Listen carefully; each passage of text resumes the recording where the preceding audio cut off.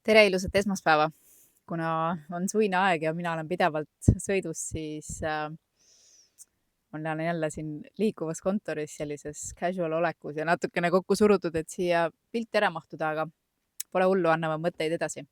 Ja täna olen ma valinud sulle teemaks hirmud, sellest tulenevalt kontrollivajadus ettevõtjal ja suhtumine. Ja kuidas see siis kõik võib mõjutada meie suhteid klientidega või mitte. Ähm, see teema tuleneb ühest vanast kogemusest, mitte minu kogemusest, vaid ühe teise teadliku inimese kogemusest ja kuidagi mingite asjade kokkulangevusel siis lõi mulle pilti ja ma arvasin, et võiks olla hea teema, mida kajastada.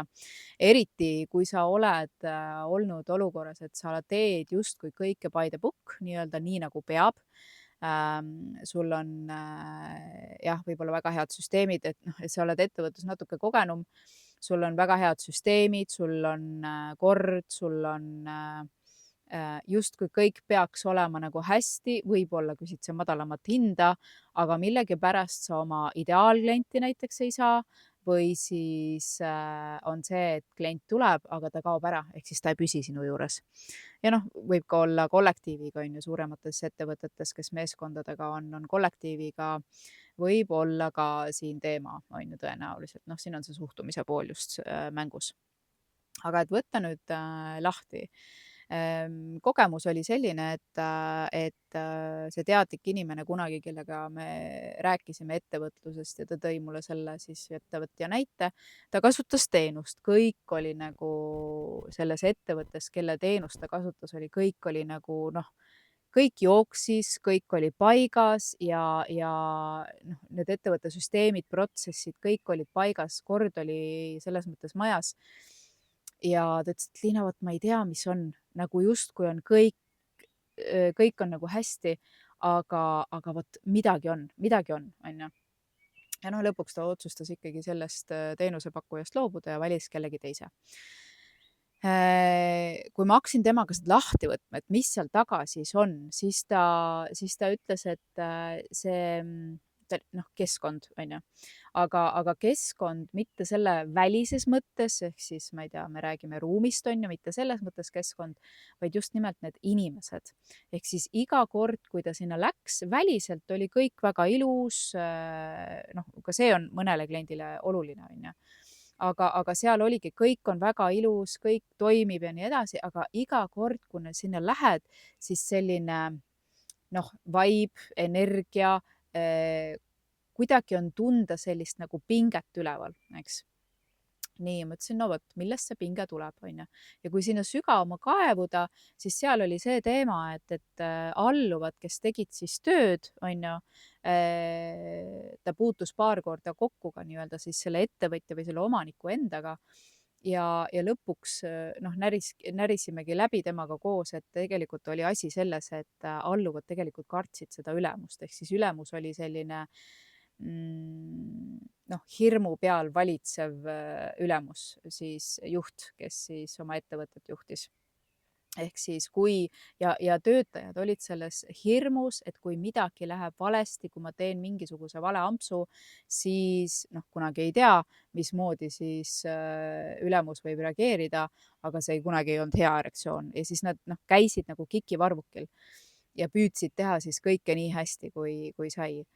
Ja sa hakkad nagu suhtlema, hakkad noh, nende töötajatega ka, sa näed, noh, et ei ole nagu päris niisugune vaba olek või selline.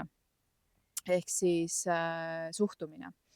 Ja noh, sealjuures oli ta varem, noh, ennem kui ta jõudis nii-öelda sellesse olukorda, et midagi on valesti, oli ta varem rääkinud selle ettevõtte omanikuga, nagu ma ütlesin, et ta ise puutus aeg-ajalt kokku sellega, oli ta rääkinud, et ettevõtte omanik kurtis, noh, et klientidega suhet on ju ja klientidega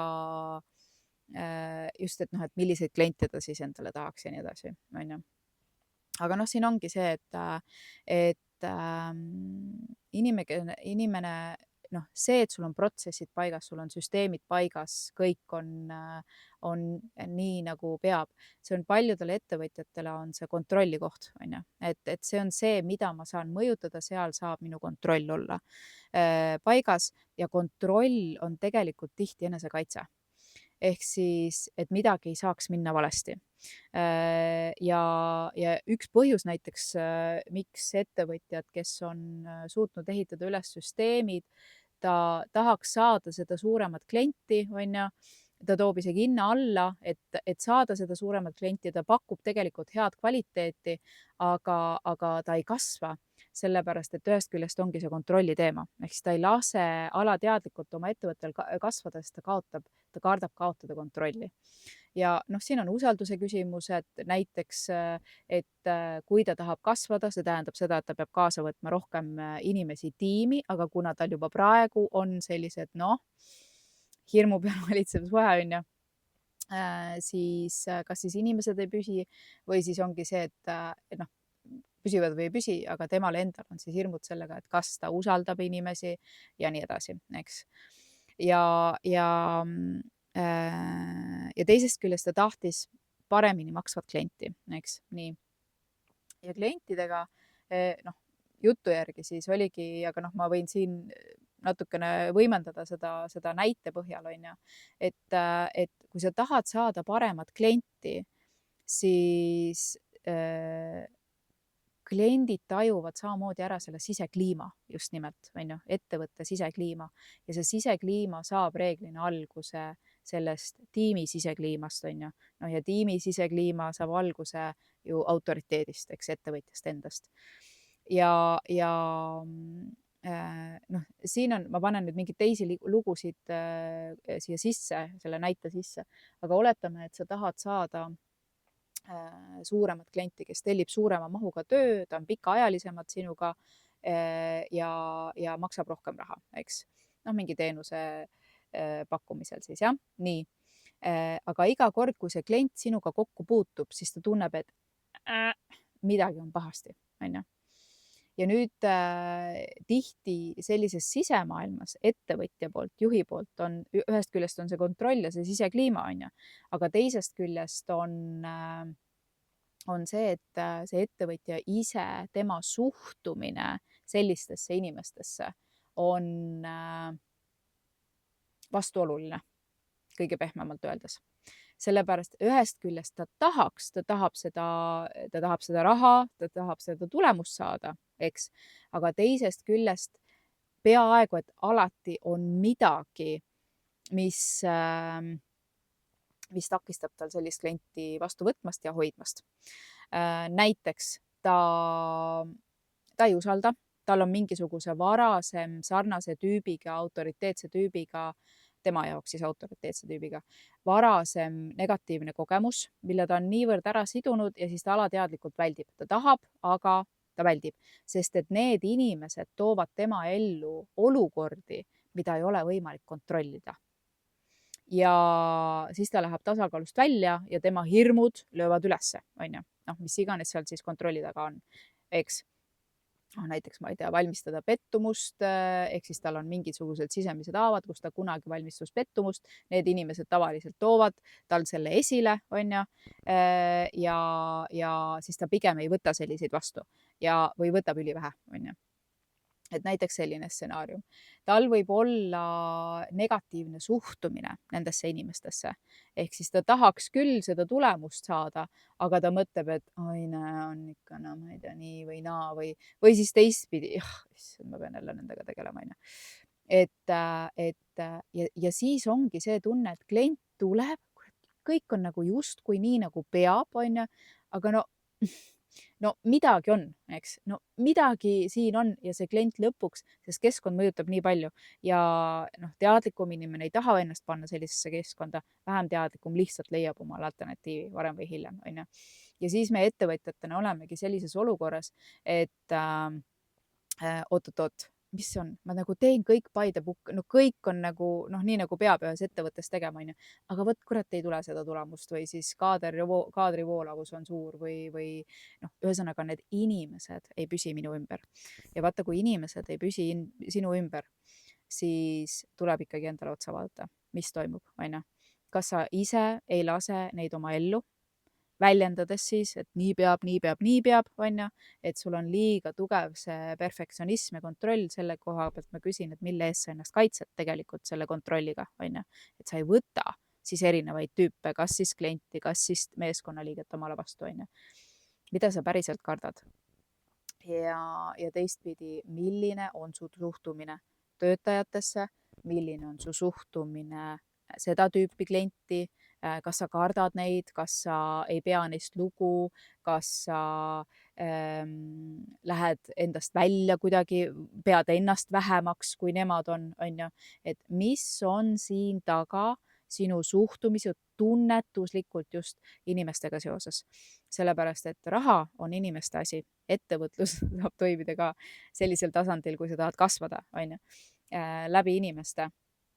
Ja nii palju, kui me ei tahaks neid roboteid, oleks lihtsam, kui robotid teeksid kõik meie järjest ära, aga pead võtma vastu, sa saad vastu võtta ainult siis, kui sa vaatad enda sisse, mis tegelikult asi on ja siis seda muuta, on ju, ja muuta siis alateadvuse tasandil, et see tunnetuslikult ka muutuks, eks, et siis sa saad luua seda sisekliimat teistsuguseks, vastuvõtvamaks, et inimene tuleb ja tunneb, et issand, siin on nii-öelda kõik by the book ja siin on veel selline suhtumine ka, selline vastuvõtlik suhtumine, et sul on hea olla, sind toetatakse, sind abistatakse ja nii edasi, sest klient ja tegelikult lõppkokkuvõttes ka töötaja läheb sinna, kus tal on hea olla, kus teda tunnustatakse, kus teda toetatakse, kus teda koheldakse kui normaalset inimest, on ju. Ja siis ta ei lähe sinu juurest ära. Ehk siis sa võid olla ülitubli, sa võid olla hea ärategija, aga lõppkokkuvõttes loeb ikkagi see, mis on sinu suhtumine teistesse, kuidas sa paned teisi enda ümber tundma ja kas nad tahavad olla osa sellest, mida sa lood või ei loo. Et mõtle sellele, kus sina oled ja kui suudad luua sügaval tasandil muutust, siis tõenäoliselt hakkavad väliselt ka, peavad hakkama, sest elu peab alati peegeldama, peavad hakkama muutuma. Nii et sellised mõtted sulle täna siia uude suvisesse nädalasse. Kui sa puhkad, soovin sulle ilusat puhkust. Kui sa ei puhka, siis naudime töö tegemist, ka see on tore. Nii et vägevat suve sulle, suve jätku ja kohtume siis jälle uuel nädalal uute mõtetega. Tšau, tšau.